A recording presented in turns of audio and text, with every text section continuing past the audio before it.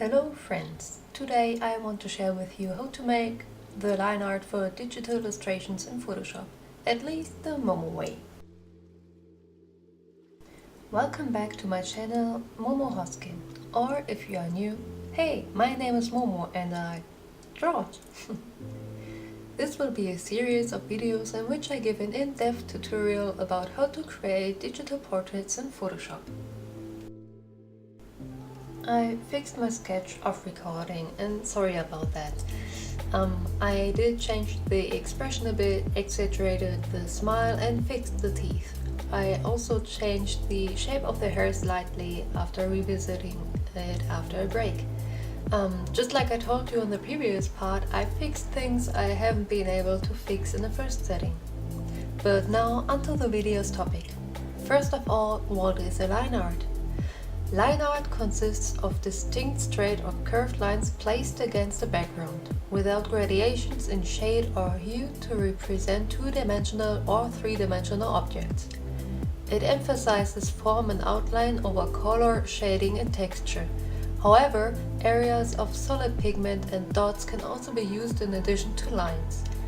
The lines in a piece of a line art may be all of a constant width, as in some pencil drawings, or of several constant widths, or they are freely varying in width. Line art may tend towards realism, or may be a caricature, a cartoon, ideograph, or glyph. At least that is a part of what I got from Wikipedia. But I also want to share my own opinion with you, my friends. A little disclaimer beforehand. I am just talking about my personal experiences about character illustrations in Photoshop. Other people or other media may prefer other techniques, and there never is only one way to approach art. Always experiment and have fun trying out new things. Oh, and don't worry about the eye. I cut it out to be put on another separate layer so I can fill out the hair better without having to mess up the eye accidentally. I will hide it during the process to work on it separately later.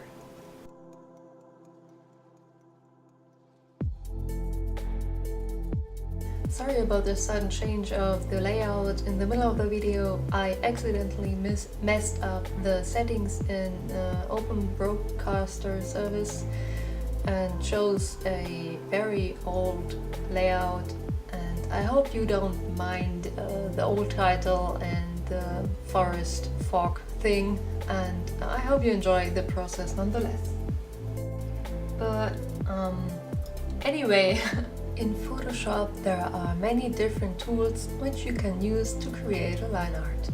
You see me using the brush tool with a custom brush I downloaded at DeviantArt for free.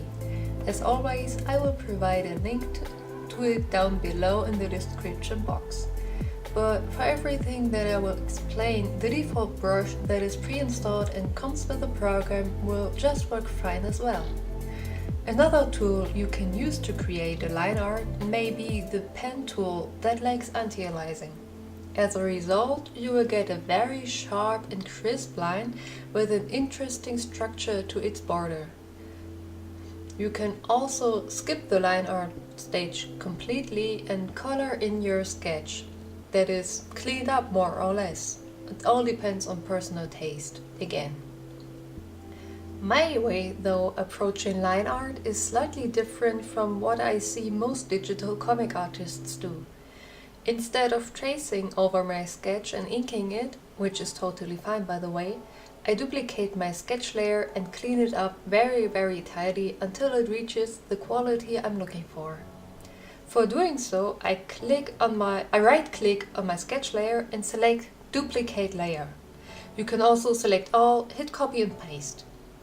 This way I have a copy of my work saved just in case I mess up or that I don't really understand what I was sketching. So I can revisit my original and maybe I will understand that. My process of line arting also ended up being a quick back and forth of erasing and redrawing using the E key for the eraser and the B key for my brush, which both I have set to one of my shortcut keys of my tablet. The eraser settings are selected to fit my brush, so I get the exact same structure border from erasing as from drawing. Actually, I didn't realize how many times I put parts of my drawing for the line art on a separate layer to work on it without touching any other part of my drawing. It just has come to my attention by rewatching the recording that I do that actually quite often, and so I add this to the list of hacks, put it on another layer, and I think this is really helpful if you want to work on something in a drawing without compromising anything you have done before or will do later. Even though this process is very time consuming, it has been beneficial to the result. I find it easier to create line weight this way, meaning I use thicker or thinner lines in some places of my drawing. You can add weight to your lines using the tracing method too. I just personally find the process of editing my sketch much more enjoyable, and for me it is easier to find places I want to make the lines thicker or thinner, because I can kind of read it in my sketch. If I have a thicker line in my sketch, I either mess up or I put more pressure on that part of the line when I was drawing it. Just like handwriting, every artist has a unique way of using pressure. And it is an intuitive thing. I feel I get a more cohesive style if I rework my sketch this way rather than tracing over it, because less information gets lost in the process. There are probably a million more ways to approach contour lines, but that is what I have to say about this niche. If you have any questions, don't hesitate to ask me in the comments below. I'm glad if I could help you. I hope you enjoyed this video, and if you did, please give it a big thumbs up to let me know. Also, subscribe to my channel and hit the notification bell if you want to see more of my art videos every Wednesday. A subscription is absolutely free but makes Momo happy. Have a good day and stay creative, friends. Bye!